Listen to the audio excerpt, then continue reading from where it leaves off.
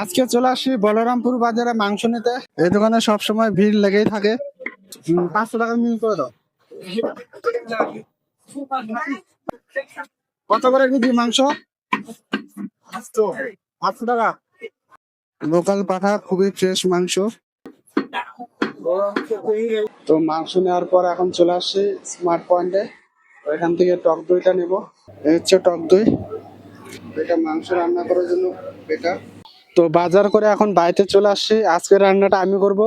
তো নতুন একটা রেসিপি তোমাদেরকে শেয়ার করব।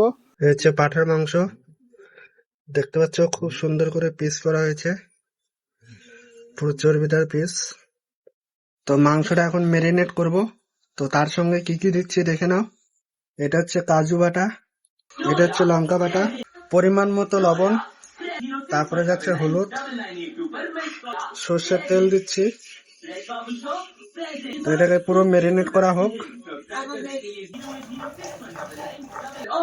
আদা বাটা, এ দেখতে পাচ্ছ খুব সুন্দর কালার হয়ে গেছে।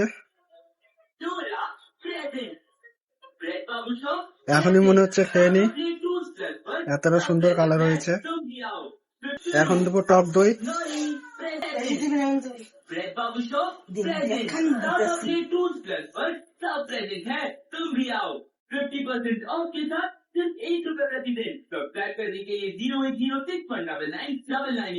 দারুণ কালার হয়েছে।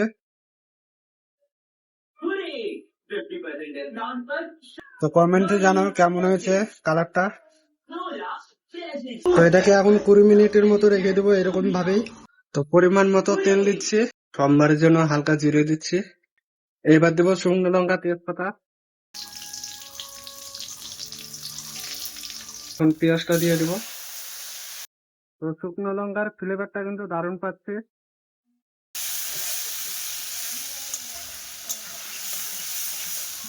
পেঁয়াজটা দেখতে পাচ্ছ হালকা লাল লাল হয়ে গেছে।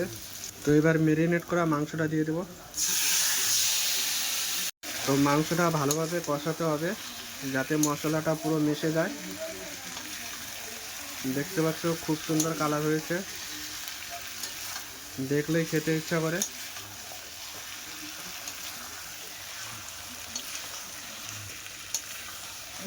আমার হাতের রান্না যে খাবে তাকে বলতে হবে যে না খেলাম রান্না।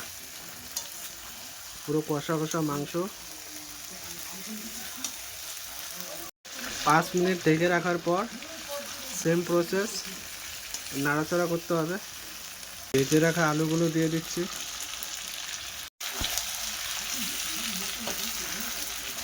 তো এখন জল দিয়ে দিচ্ছি।